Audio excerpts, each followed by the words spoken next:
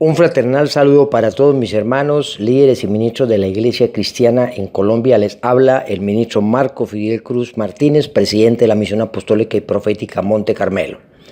En esta oportunidad quiero darle continuidad con el anexo número 1 al documento de estatutos y manual de procedimientos del Movimiento Partido Político de Unidad Nacional Cristiana del Reino, que continúa con lo que ya les expuse anteriormente. Y este anexo vamos a tratarlo en diferentes temas que es importante que usted conozca. Vamos a ver en el primer punto cuál ha sido el real problema de la Iglesia en su débil influencia en el gobierno de las naciones y sobre la iniquidad que ha contaminado la tierra y destruyendo los pueblos. Es evidente que el problema de la Iglesia, amados, de no ser en nuestro pueblo y nación la real solución contundente y eficaz, como en verdad debería serlo, contra la alta corrupción existente a todo nivel, como lo es la injusticia, la violencia, la inequidad, el robo, el engaño, la drogadicción, la indigencia, la miseria, el desempleo, violaciones de todo tipo de acceso carnal, terrorismo, perversiones de todo orden y toda obra de maldad que amenaza la destrucción de nuestro pueblo, que con agresividad asedia cada día, no ha sido por falta de oración y ayuno, ni alabanza, ni falta de guerra espiritual, ni de actividades de cultos religiosos, ni encuentros, ni conciertos, ni liberaciones, ni falta de derramamiento de aceite en la tierra, los montes, hasta enterramos Biblias, cuyas actividades en verdad, Iglesia, ha sido por todos los años y siglos hechos muy bien por la gran congregación, por la Iglesia Nacional y mundial, pero vemos que no hay un resultado coherente a lo posiblemente esperado. Aumentan las congregaciones en números, en cantidades, mega iglesias de construcciones gigantescas y con gran número de gente, pero vemos que decrece en efectividad de influencia en los asuntos de la autoridad de gobierno, en los ámbitos y esferas en la nación, en la justicia y la prosperidad integral del pueblo, lo que es contradictorio a lo establecido en las Sagradas Escrituras, en el propósito de Dios para su iglesia o su gran eclesía en esta tierra. Pero, contrario a lo esperado, con el desarrollo de todas esas actividades evangélicas de culto religioso de la Iglesia muy bien hechas durante tantos años, en verdad no se refleja la verdadera transformación de la nación, la justicia social, la verdad, la seguridad, la abundancia, el avivamiento integral, el bienestar comunitario, la prosperidad, la equidad y la paz. Y sí vemos con gran preocupación el contradictorio aumento exponencial de la corrupción, la maldad de todo tipo y orden en la nación, liderada por los astutos hijos y sacerdotes de las tinieblas, prevaleciendo con sus argumentos de iniquidad en las altas cortes, en la aprobación de sus abominables proyectos de maldad y perversión. Ante el estupor de los ministros reyes y sacerdotes hijos de la luz del Dios Altísimo, lo que es un incoherente despropósito vergonzoso delante de Dios y la nación, contrario a la verdad y la justicia del soberano Padre para la poderosa eclesía del reino, que el Señor Jesucristo restauró y estableció en el nuevo pacto, entregada a sus hijos para su fiel manejo y responsabilidad con armas poderosas en Dios para destruir toda obra de maldad y toda fortaleza. Una iglesia dotada por el Señor Jesucristo con inteligencia superior, armas poderosas de destrucción del mal, que derriba todo principado de engaño y corrupción y fortalezas de injusticia e iniquidad en nuestro pueblo y contra todo argumento que se levante contra la cultura del reino de Dios, pero que con gran sorpresa y preocupación vemos la realidad de nuestro pueblo y nación, que no es así. Lo que de hecho, esta contradicción nos obliga a entender, a pensar que algo está mal, que algo no se ha hecho bien, que la iglesia no ha cumplido su tarea conforme al verdadero propósito de Dios, que hay incoherencia en lo que hacemos con lo que el Señor confirma obtendremos, que le hemos fallado al Señor en su verdadera voluntad y propósito, que en realidad no estamos haciendo lo que Dios mandó hacer a su iglesia en el nuevo pacto. Nos debemos preguntar qué se está haciendo lo que Dios no mandó a hacer, cumpliendo la tarea de su voluntad en este nuevo pacto. Y por esto no se ha agradado a Dios, contrario a esto, como dice el Señor en su palabra, en Isaías 1, del 11 al 31. ¿Para qué me sirve la multitud de vuestros sacrificios, sus asambleas, vuestras fiestas solemnes? No me traigáis más vana ofrenda. ¿Quién ha demandado esto de vuestras manos? Las tiene aborrecidas mi alma, me son gravosas, cansado estoy de soportarlas, dice el Señor. Cuando extendáis vuestras manos, yo esconderé de vosotros mis ojos. Asimismo, cuando multipliqué la oración, yo no oiré. Más bien, dice el Señor, quitad la iniquidad de vuestras obras y aprended a hacer el bien y buscad justicia y juicio. Restituid al agraviado, amparad a la viuda y al huérfano y estemos a cuenta, dice el Señor. Es preocupante la existente división de la iglesia del Señor. Un cuerpo hoy aún desmembrado, cada uno buscando lo suyo, corriendo a sus propias casas artesonadas, mientras afuera el templo de Dios, sus piedras vivas, sus obreros aprobados, obra de sus manos, están en malla frente a ruina. Y por eso, dice el Señor, se detuvo la lluvia y llamó a la sequía sobre todo y en el jornal del trabajo recibido en saco roto. Lo que para el Señor esto tiene una tendencia hacia una iglesia fallida hasta ahora, que en prevaricación de algunos ministros líderes se viola su mandato de la perfecta unidad. Allí en Juan 17, 22, 23, 1 Corintios 1, 10. Un mandato de estricto cumplimiento y de la iglesia que no está en unidad, está en prevaricación delante de Dios. Esta irregular situación de la iglesia obliga a los ministros líderes responsables que con suprema urgencia y actitud en justicia y en verdad hacer un alto en el camino y con humildad y corazón enseñable y de cambio reflexionar en el proceder y enderezar las sendas. Vamos allá a Lucas 3 del 4 al 14, Ageo capítulo 1 y 2 claramente lo expresa. Es tiempo ya de la gran reforma de la iglesia y de la transición a la poderosa eclesía del nuevo pacto con ministros competentes del reino de Dios, con mentalidad de reino, no cultico-religiosa, sino con mentalidad de gobierno, para sojuzgar y gobernar la tierra, para juzgar todas las cosas con justo juicio, en el cumplimiento de su estricto propósito, el propósito de Dios. El problema de la iglesia en su débil influencia y solución en los asuntos de nación, dice la Escritura, es por causa de la falta de madurez espiritual en el correcto conocimiento del Evangelio del Reino y la palabra de justicia por sus ministros líderes responsables de la iglesia, lo que muchos en su religioso sacerdocio, en soberbia, han desechado y por tanto Dios juzga a las naciones por la conducta prevárica de la obstinación y rebeldía de los sacerdotes, como así lo consagra claro la palabra de Dios, inmersos en ignorancia en un sistema anacrónico religioso inoperante que enajena la mente, impidiendo discernir entre el bien y el mal, sin entender cuál es la verdadera tarea del reino de Dios para su iglesia o su eclesía en esta tierra y al rol en los asuntos de nación conforme al real propósito de Dios. Podemos revisar esto, mis amados, allá en Oseas 4, del 6 a 10, Mateo 6, 33, Mateo 23, 13, 33 al 36, Hebreos 5, del 13 al 14. Es claro, en el contexto de la Escritura, que la situación de una nación es lo que es la iglesia en ella. Lo que es una nación es el reflejo de lo que representa la iglesia en esa nación, cuando la iglesia es la autoridad de gobierno sobre todos los ámbitos territoriales y espirituales con las armas poderosas en Dios. Claramente lo ha manifestado el Señor en su palabra.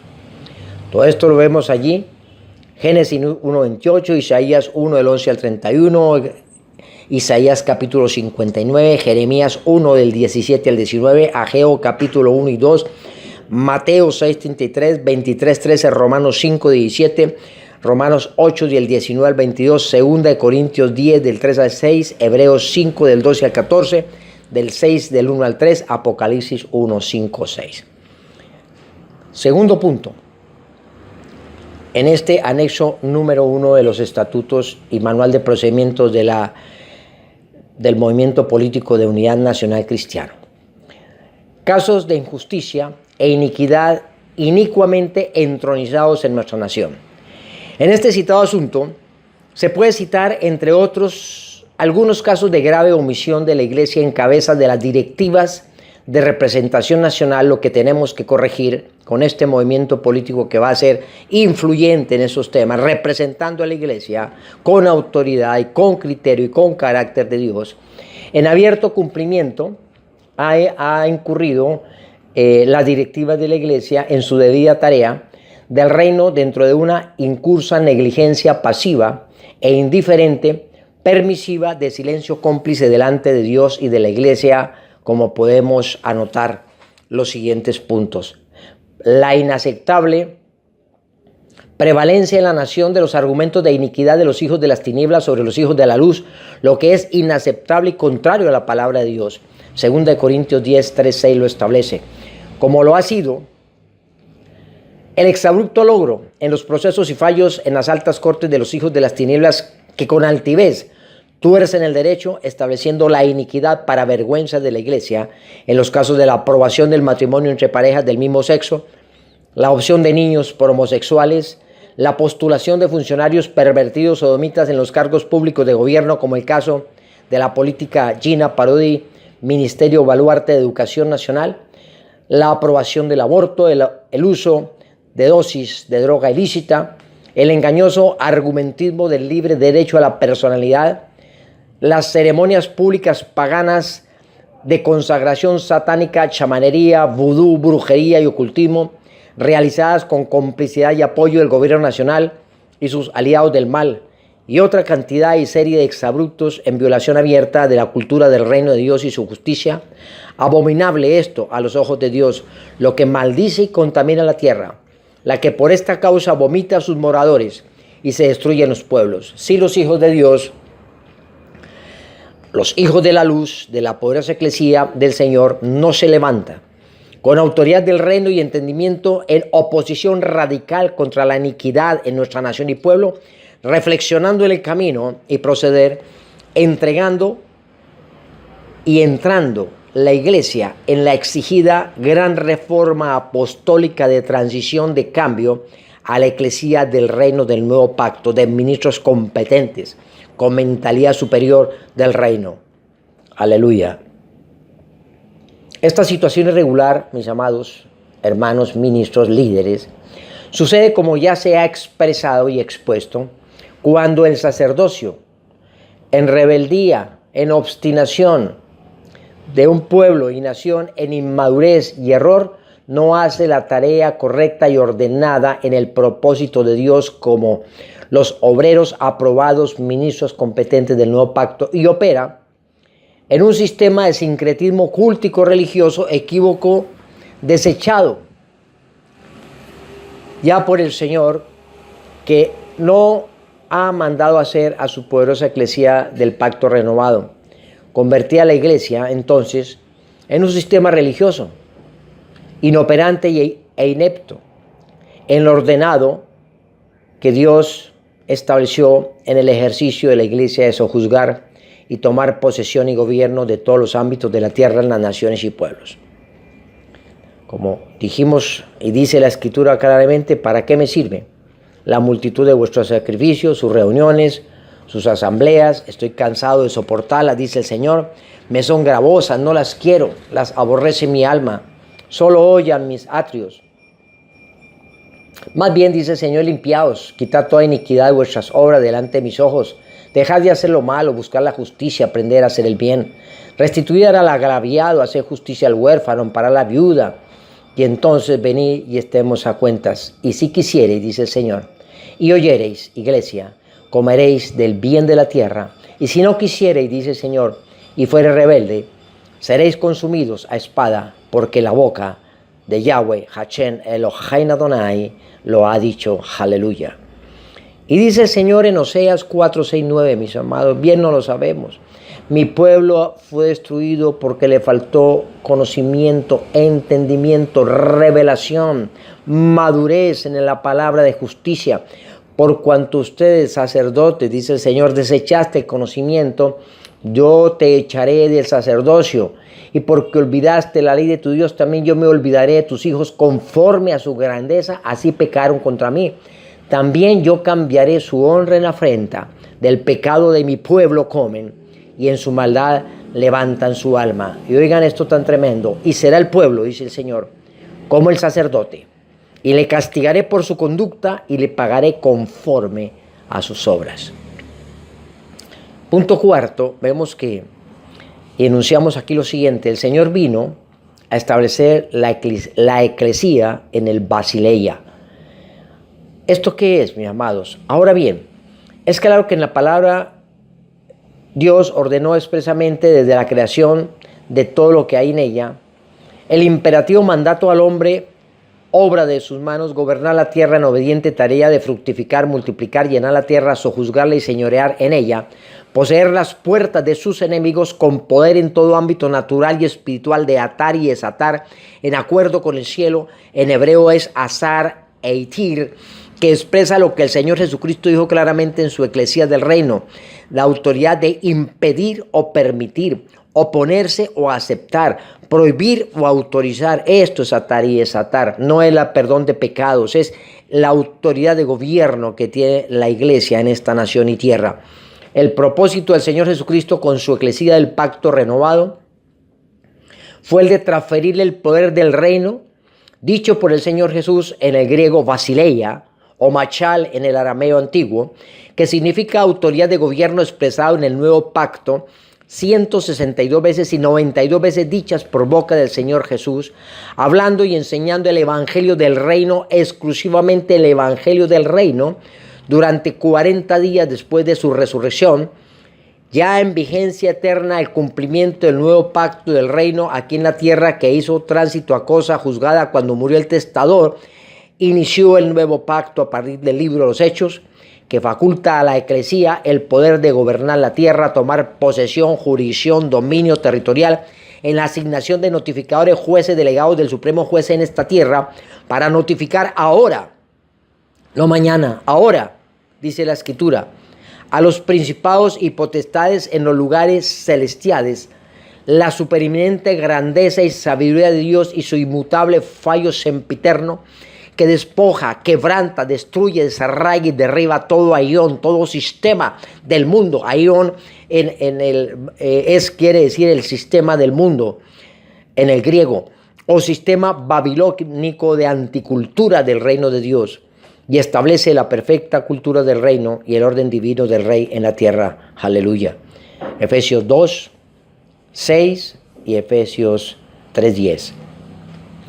Se debe entender con claridad que la palabra griega eclesía, realmente dicha en el original por el Señor Jesús, y no la palabra iglesia de origen latino escocés romano, que significa lo contrario al significado de eclesía, aparece 114 veces en el Nuevo Testamento y significa, eclesía, la asamblea de los convocados llamados afuera, lo que el Señor Jesucristo verdaderamente instituyó allí en Mateo capítulo 16, y que enseñaron sus apóstoles y la congregación de los santos, la Kehilá Kadosh, en el Evangelio del Reino. Eclesía, palabra griega, original de las Sagradas Escrituras en el griego antiguo. Como ya lo dije, significa la asamblea de los llamados afuera. Esta palabra, dicha por el Señor Jesús, es una palabra que tiene connotación de autoridad, de gobierno, de señorío, de posesión, de conquista, jurisdicción y dominio. Es una palabra política, militar y de reino, de la preposición griega ej, quiere decir desde, y kaleo, que conforma esta palabra eclesía, significa llamar fuera. La definición genérica es la reunión de ciudadanos llamados afuera desde sus hogares a un lugar público. Esta usurpación del errado término traducido en el latín como iglesia, del original griego antiguo eclesía, fue instituido por los jerarcas católicos cuando el emperador romano Teodosio oficializó con el edicto de Tesalónica el Quinto Populus, año 380 después de Cristo, que todos tenían que pertenecer al concepto romanista de iglesia, obligándolos en el siglo IV después de Cristo con sentencias hasta de prisión y pérdida de sus bienes en caso de desacato. Desde ese tiempo hasta nuestros días persiste el engaño en muchos creyendo que el reino es 4 paredes, una iglesia hacia adentro de culto religioso, ritualista, al interior como operaba en el sistema del viejo pacto, según la ley y el orden de Leví y Aarón dentro de las sinagogas, y no como en verdad lo estableció el Señor en el pacto renovado, según el orden de Melquisedec, como reyes de un reino y reales sacerdotes hacia afuera, estableciendo el reino de Dios y su justicia, tomando con autoridad posesión y jurisdicción de gobierno legal, territorial de naciones y pueblos, quebrantando toda cultura babilónica y estableciendo la cultura del reino de Dios como estilo de vida y llenando toda la tierra de su gloria a través de su poderosa eclesía, lo que genuinamente establece la palabra Basileia, que es reino, gobierno, dominio aquí en la tierra. Marcos 1:15, Lucas 4:13, Lucas 9 del 1 al 12. Donde nos reunimos la congregación de los santos son lugares de escuelas de enseñanza, auditorios, donde nos reunimos y nos congregamos para estudiar la palabra, para avanzar y crecer en el ministerio, y en unidad y en armonía y en coinonía, pues adorar a Dios. Pero son solo eso, son grandes auditorios, lugares, escuelas de formación. Pero entendamos, mis amados, que la iglesia, la eclesía son sus hijos, el altar, somos los hijos de Dios. Lo que es el altar, el templo, el sacerdocio, son sus hijos. El sacerdocio vivo y santo, agradable a Dios, es nuestro culto racional.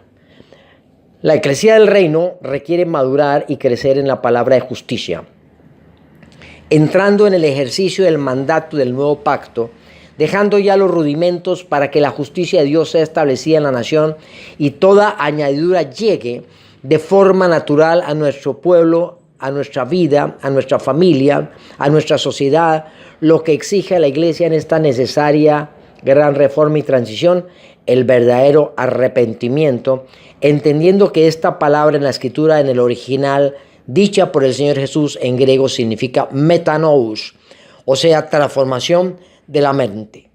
Marcos 1:15, Romanos 12, del 1 al 2. En todo esto, claramente dice el Señor en su palabra en Hebreos 5, 13, 14, y todo aquel que participa de la leche es inexperto en la palabra de justicia porque es un niño. Pero el alimento sólido es para los que han alcanzado madurez, para los que por el uso tienen los sentidos ejercitados en el discernimiento del bien y del mal. Hebreos 6 del 1 al 6 dice, por tanto, ya dejando los rudimentos de la doctrina de Cristo, vamos adelante a la perfección, no echando otra vez el fundamento del arrepentimiento, de obras muertas, de la fe en Dios, de la doctrina de bautismo, de la imposición de manos, de la resurrección de los muertos y del juicio eterno. Y esto haremos, si Dios en verdad lo permite, porque es imposible que los que una vez fueron iluminados y gustaron del don celestial y fueron hechos partícipes del Espíritu Santo y asimismo gustaron de la buena palabra de Dios y los poderes del siglo venidero y recayeron, sean otra vez renovados para arrepentimiento, crucificando de nuevo para sí mismos al Hijo de Dios y exponiéndolo a vituperio. Vamos a ver el punto quinto, que es el mandato de Dios de la perfecta unidad de la iglesia, que es su cuerpo. La eclesía del Señor establecida para trastornar y transformar las naciones a la perfecta cultura del reino de Dios y en contra del sistema babilónico pagano entronizado, deberá, para realizar con éxito esta loable tarea, estar perfectamente en unidad y dignidad delante de Dios. Juan 17, 21, debidamente alineada al propósito de Dios en su palabra y confirmados en la verdad presente. Segunda de Pedro 1, 12. En la verdad del nuevo pacto. El antiguo pacto es sombra, figura y tipo, pero el nuevo pacto es la verdad presente. Toda verdad en la Biblia no es una verdad presente, mas toda verdad presente en la Escritura es una verdad bíblica. La sombra y figura se convirtió en la esencia hace 2017 años cuando Cristo vino y por eso debemos vivir en la verdad presente. Lo que de hecho permitirá que el mundo crea en el Señor Jesucristo, que fue enviado por el Padre a esta tierra y en su obra redentora. Y entonces con autoridad la eclesía entendida Con eficacia tomará posesión y dominio de todos los ámbitos y esferas ministeriales, eclesiásticas, económicas, sociales, legislativas, judiciales, políticas y gobierno, proceso debido del reino en esta nación. Punto sexto, ¿qué es la política? ¿Y cuál es el rol de la Iglesia en el ejercicio de esta?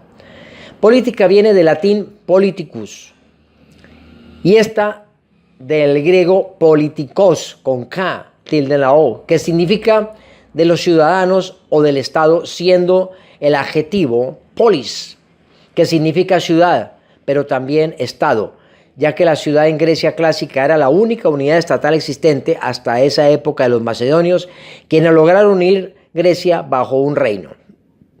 El equivalente latino sería en realidad civitas, como polis, de donde viene la palabra ciudad, y civilis, como politikos, de donde proviene nuestro adjetivo civil de este modo. Todos los asuntos del Estado eran asuntos de todos los ciudadanos, era responsabilidad de todos los ciudadanos, es decir, de los habitantes de la ciudad con poder civil. Así los griegos empezaron a llamar a estos temas politikoi, en oposición a aquellos personales e intereses privados de los ciudadanos llamados los idióticos o privados. Más adelante los hombres que no se preocupaban de los temas concernientes al polis, o sea, la ciudad, los llamaban los idiotes, que significa ciudadanos privados, incultos, no conscientes de las artes y la tarea en la dirección y gobierno de un pueblo, lo que más tarde deriva de la palabra actual de los idiotas. Hoy día el término político se encuentra desafortunadamente desvirtuado, desprestigiado, cuestionado y estigmatizado, lo que genera animadversión de la gente, haciendo creer a la gente que la política es una profesión o carrera. Sin embargo, volviendo a las raíces de la palabra, se ve que esto no es así y que muchos de los que se denominan hoy en día políticos solo son idiotes, donde solo piensan en sus propios beneficios, trabajando para su propio vientre dentro de codicia y corrupción, ya que no responden con ética y compromiso incondicional a los asuntos de ciudad y nación, sino a sus mezquinos intereses ocupados en solo lucrar, hacer sus propias ganancias, llenar sus arcas sin importar los temas de justicia y bienestar social en su calidad, en su ciudad y la comunidad, como los clásicos corruptos de idiotez, que equivale a la palabra griega estúpido. Idiotez quiere decir estúpido o insensato. En las escrituras el insensato es un idiotez o un estúpido. Eso viene siendo el mismo significado en griego de insensatez. Lo que en las Sagradas Escrituras se traduce como hombre insensato, vano y necio.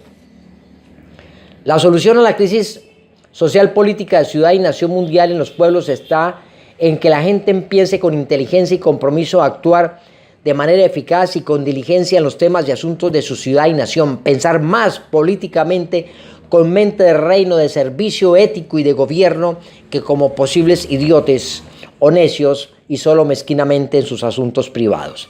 En esto el Señor Jesús exhortó fuertemente al sistema religioso de aquella época y les dijo: fariseos y escribas hipócritas, guías de ciegos guiando ciegos, que cierran el reino de los cielos y no entran ellos, ni dejan entrar a los que vienen entrando o a los que están entrando. Mateo 23, 13 al 15. La Escritura establece claramente que Dios no habita en templos hechos por mano del hombre. El Dios que hizo el mundo y todas las cosas que en él hay, siendo Señor del cielo y de la tierra, no habita en templos hechos por manos humanas. Ahí está en Hechos 17, 24. Yahweh Hashem Elohim dijo así: el cielo es mi trono y la tierra el estrado de mis pies. ¿Dónde está la casa que me habréis de edificar? ¿Y dónde el lugar de mi reposo? Mi mano hizo todas estas cosas, y así todas estas cosas fueron, dice Jehová. Pero miraré a aquel que es pobre y humilde de espíritu y que tiembla a mi palabra. Isaías 66, del 1 al 10. Dice claramente las Sagradas Escrituras que el eterno Dios derogó y anuló en el nuevo pacto todas las ordenanzas expresadas de la ley ceremonial y de culto religioso y el sistema del sacerdocio operante según el orden levítico y arónico que operaba en ese antiguo pacto.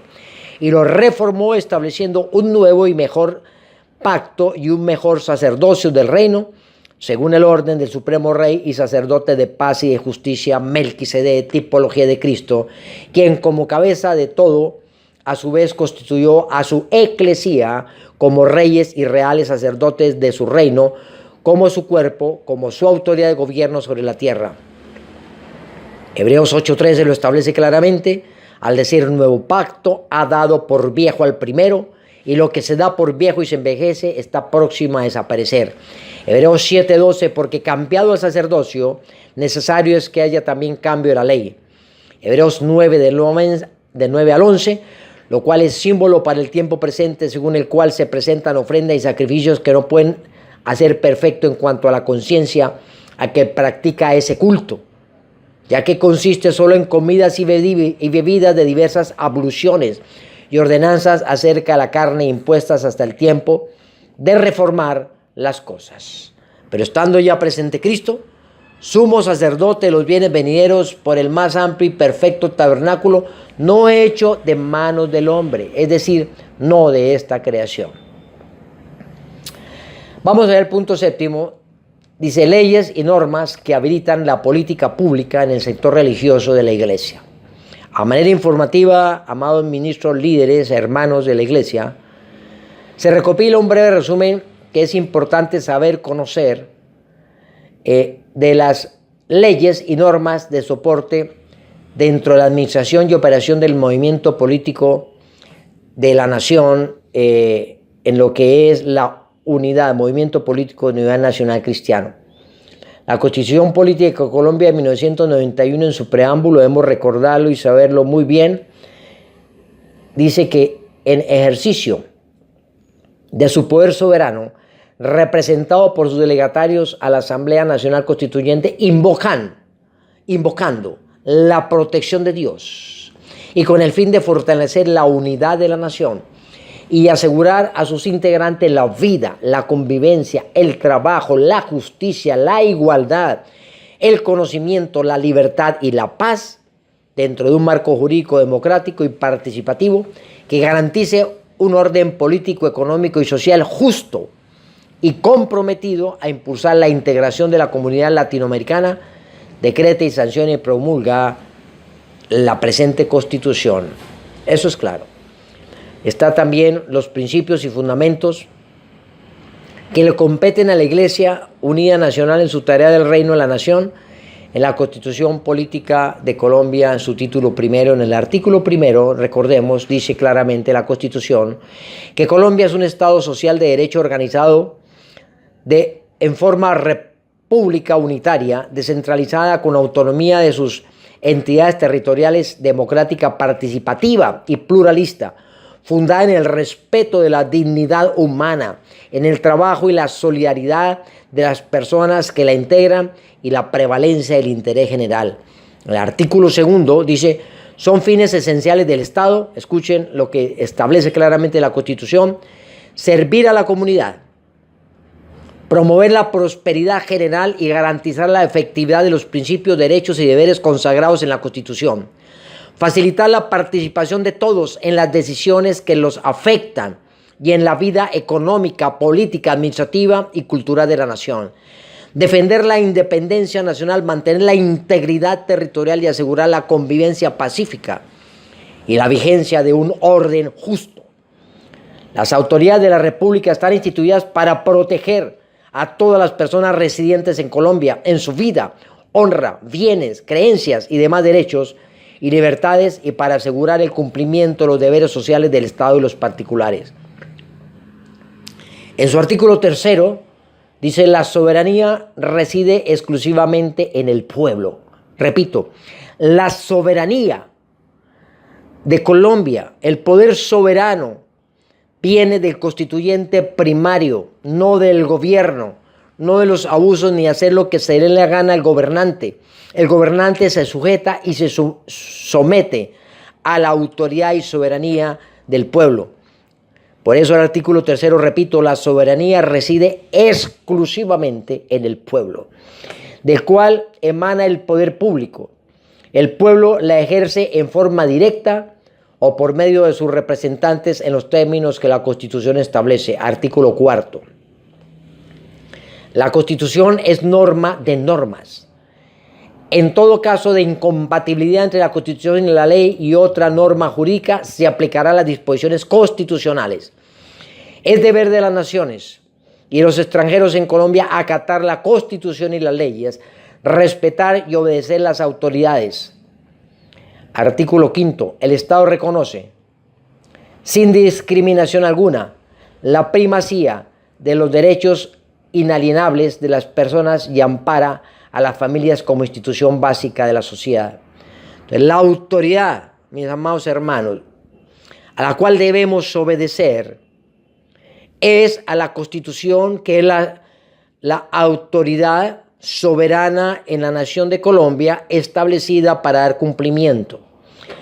Aquel político, aquel gobernante del ejecutivo, legislativo, judicial o el que sea que viole la Constitución, no se está obligado a, como borrego ciego, mudo y esclavo, obedecer cuando se está violando la Constitución Nacional, que es el poder soberano al cual se debe sujetar y someter toda persona colombiana. Así es de que esa es la autoridad, mis amados, a la que nos debemos. Esa es la que dice Romanos 13 allí.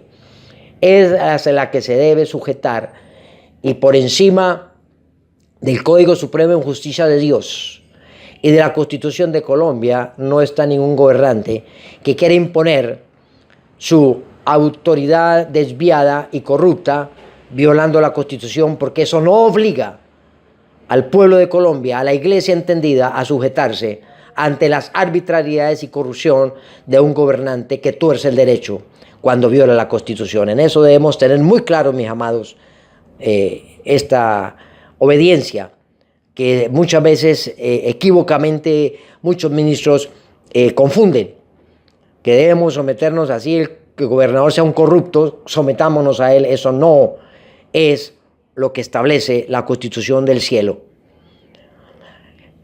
Sobre eso tengo otro tema que lo enviaré próximamente, que será el anexo número 2.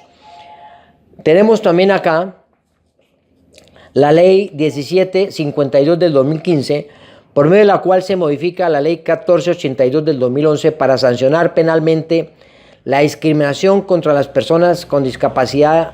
Bueno, ese es otro tema que lo vamos a ver. Vamos a ver aquí más bien el punto 9. Tema: la política pública en el sector religioso.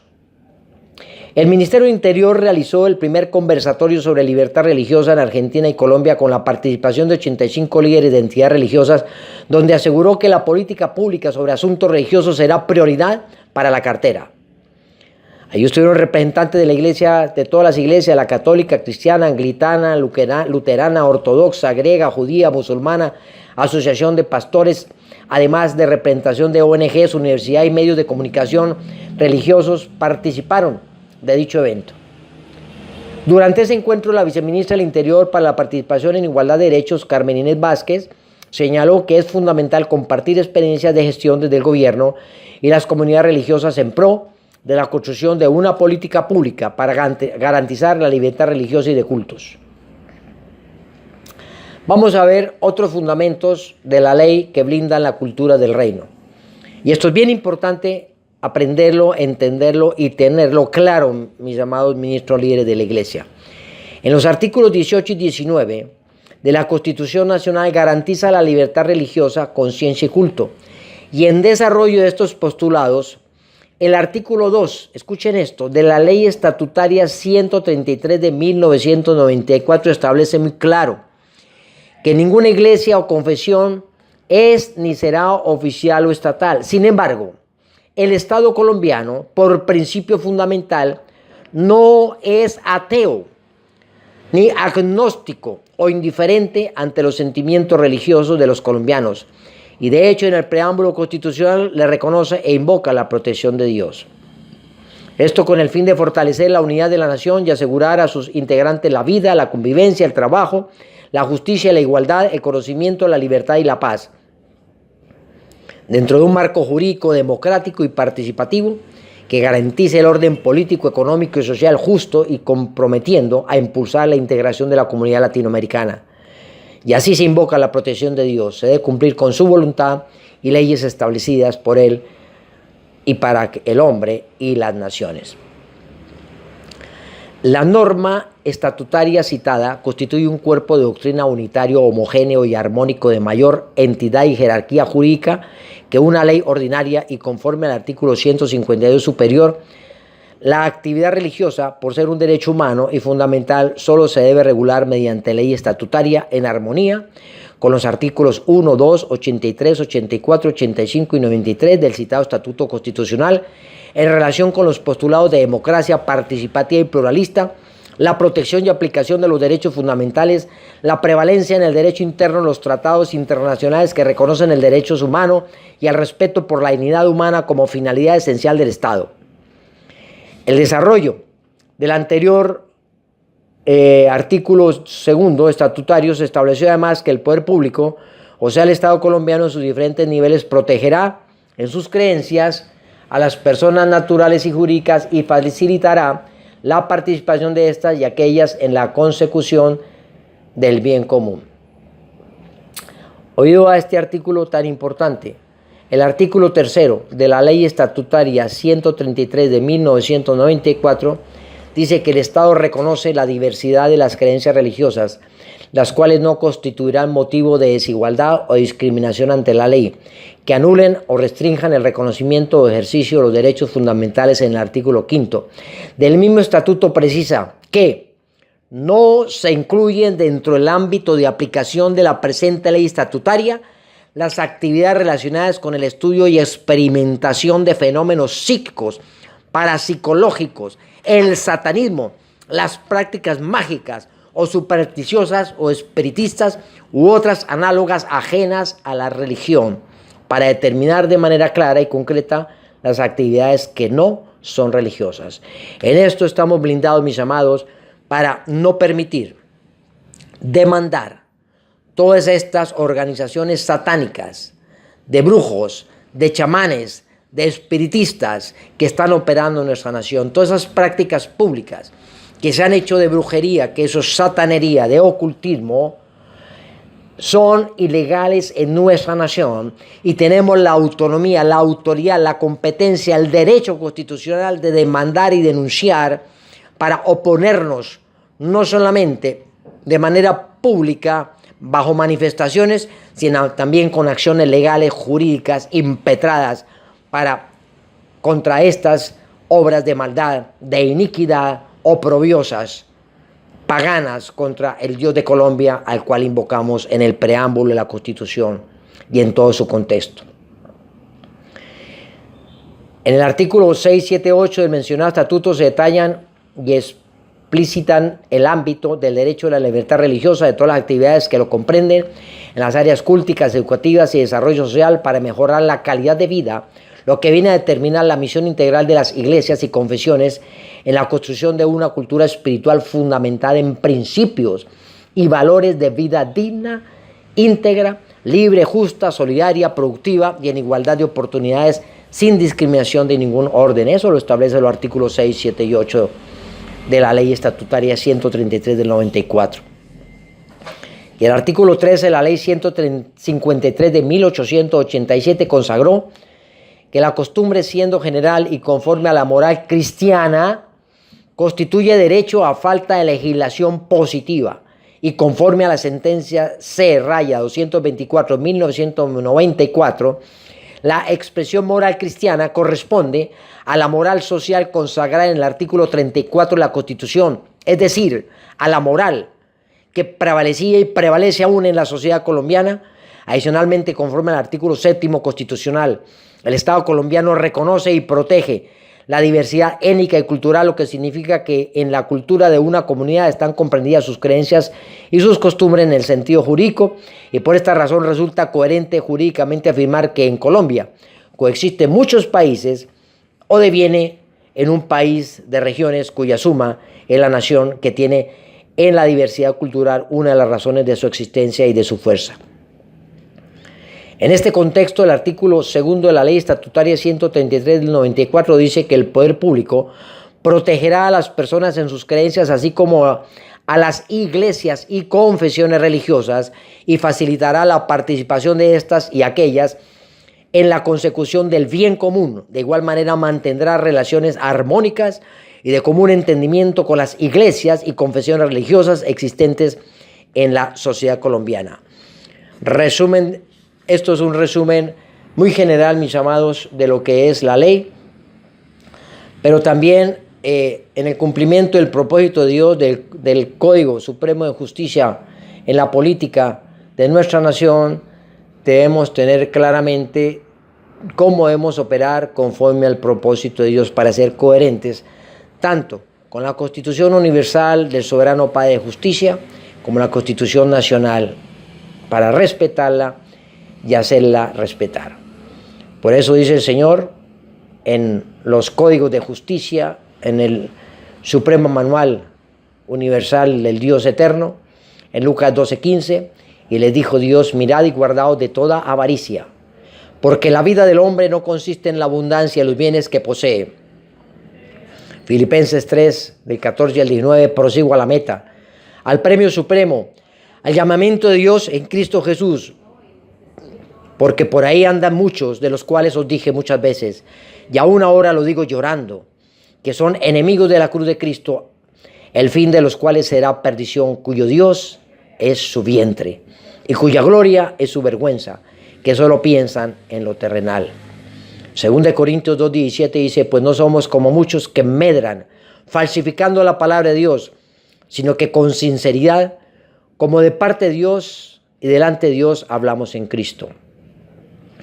Hebreos 13, 4 al 5, honroso sea a todos el matrimonio y el lecho sin mancilla, pero a los fornicarios y a los adúlteros los juzgará Dios. Sea vuestras costumbres sin avaricia, contentos con lo que tenéis ahora, porque dijo: no te desampararé ni te dejaré. 1 Pedro 2, del 11 al 12, amados, yo ruego como a extranjeros y peregrinos que os abstengáis de los deseos carnales que batallan contra el alma, manteniendo buena vuestra manera de vivir entre los gentiles, para que en lo que murmuran de vosotros como de malhechores, glorifiquen a Dios en el día de la visitación, al considerar vuestras buenas obras.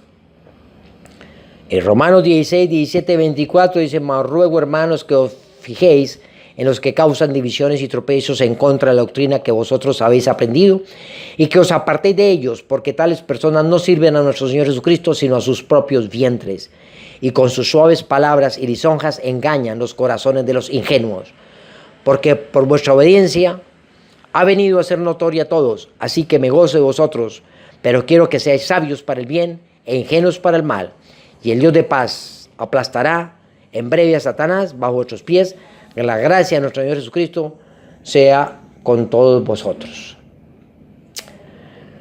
Pues mis amados, 2 de Pedro 2, del 1 al 3, 9, el 13, el 17 al 22, habla sobre los falsos profetas, que habrá falsos maestros que introducen encubiertamente herejías destructoras y niegan al Señor Jesús, y que estos, sobre los tales, ya de largo tiempo hay condenación, la que no se tarda, y supervisión no se duerme. Estos son, dice la palabra, inmundicias y manchas, quienes aún mientras comen con vosotros se recrean en sus errores. Estos son fuentes sin agua y nubes empujadas por la tormenta, para los cuales la más densa oscuridad está reservada para siempre. Pues hablando palabras infladas y vanas, seducen con concupiscencia de la carne y disoluciones a los que verdaderamente habían huido de los que viven en error. Les prometen libertad y son ellos mismos esclavos de corrupción. Bueno, mis amados, otras frases que quiero dejar allí, están las escrituras claras lo que es los códigos de justicia en las Sagradas Escrituras, pero también otras frases sabias aplicables a estos procesos, que quiero nuevamente reiterarlas, lo que decía el ícono mundial del ejercicio de la paz de la India, Mahatma Gandhi. Dice: no hay camino para la paz es el camino como fruto de justicia. No me asustan los malos, me aterroriza la indiferencia de los buenos. Martin Luther King dijo: nuestra generación no se habrá lamentado tanto los crímenes de los perversos como el estremecedor silencio de los bondadosos. No me preocupa el grito de los violentos, de los corruptos, de los deshonestos y de los de sin ética. Me preocupa el silencio de los buenos. Nuestro eterno Padre y soberano, nuestro Yahweh Eloheinu Adonai, el supremo juez del universo, dice en su inmutable y bendita palabra: y el efecto de la justicia será la paz. Y la labor de la justicia, reposo y seguridad para siempre. Y mi pueblo habitará en morada de paz, en habitaciones seguras y en recreos de reposo. Isaías 32, 17 y 18. Sin justicia jamás habrá paz. Segundo, dice también más en Colosenses 3:25, mas el que hace justicia, mas el que hace injusticia, recibirá la injusticia que hiciere, porque no hay acepción de personas. Esto está en Colosenses 3:25. Éxodo 34:7 dice: el Señor, que guarda misericordia a millares, que perdona la iniquidad, la rebelión y el pecado, y que de ningún modo tendrá por inocente al malvado, que visita la iniquidad de los padres sobre los hijos y sobre los hijos de los hijos hasta la tercera y cuarta generación. No confundir el amor, amados, con la impunidad. La justicia debe obrar. El amor no es conestación con el delito, no es un silencio cómplice, no es un prevaricato por omisión. La justicia se cumple, dice que Dios no pasa por inocente al malvado, debe haber justicia. Pero muchos de manera equívoca, porque no disciernen en el conocimiento del bien y el mal, por su inmadurez en el conocimiento de la palabra de justicia, porque tienen mucha letra, mucha teología, pero no un espíritu vivificante, porque la letra mata y envanece, mas el espíritu vivifica. Y el que toma leche y vive solamente con los rudimentos nunca podrá entender y discernir el conocimiento del bien y el mal. Por eso confunden el amor con la impunidad y la injusticia, y eso no es coherente delante de Dios. El efecto de la justicia será la paz, dice el Señor. Por eso el Señor Jesús, por eso Dios tuvo que hacer justicia con su Hijo, para cumplir la justicia, y muriendo en la cruz pudiéramos ser liberados, redimidos a través del pago de la justicia, donde Él mismo pagó la justicia, pero no hubo impunidad, y de esa manera Dios cumplió con la justicia para que hubiese paz y vida eterna. Santiago 4:17, y el que sabe hacer lo bueno, dice el Señor, y no lo hace, le es pecado, es un prevaricato en gran pecado. Hasta aquí el presente anexo del documento del Estatuto y Manual de Procedimientos del Movimiento Político, el Partido Político de Unidad Nacional Cristiana del Reino, para que se tome como un procedimiento de estricto cumplimiento dicho por el Señor en su Escritura, que es de la única manera que va a operar y permanecer en los tiempos cuando se cumple con el diseño correcto de Dios. Cuando hay manipulación, invento humanos, Dios no opera. Dios es un Dios justo, estricto, entonces su sí es sí y su no es no. No admite manipulación de hombres el manejo del movimiento político cristiano de unidad nacional. Debe someterse y sujetarse al propósito de Dios y a su perfecto diseño, y de esa manera no caerá, porque una casa dividida no permanece. La única forma es establecer el principio de la unidad, hablando todos una misma cosa, en una misma mente, en un mismo parecer, sin división alguna entre la iglesia unida, que es un solo cuerpo, unido y no desmembrado, donde la cabeza es Cristo Jesús. Aleluya, amén y amén. Padre de la gloria, gracias Señor por esta palabra, Señor, que nos has dado para poder establecer el movimiento nacional de unidad cristiana del reino, Padre, para tomar posesión, gobierno y dominio, Señor, en esta nación, y para que tus hijos, Señor, los hijos de la luz, manifiesten tu gloria, Señor, y sea establecido la justicia dentro de una cultura del reino de Dios, como árboles plantados de justicia con la semilla incorruptible para toda buena obra. Gracias, Padre de la gloria. Te alabamos y te bendecimos, Señor, y te damos gracias en nombre del Padre, nuestro Yahweh Hashem Eloheinu Adonai, en el dulce nombre del Señor Jesucristo, nuestro Yeshua Hamashia Melech Mashiach Ben Adonai, el Hijo del Dios Altísimo, y con el poder del Espíritu Santo, nuestro Ruach Kodesh. Amén, Señor. Amén y amén. Dios les continúe bendiciendo grandemente en todos mis amados, y que la bendición del Padre que ha sido dada con toda bendición en el lugar celestial donde Dios te ha colocado para que funjas y desarrolle la tarea, sea motivo de justicia, de paz y de gozo en el Espíritu Santo. Amén, amén y amén. Bendiciones, mis amados. Chao.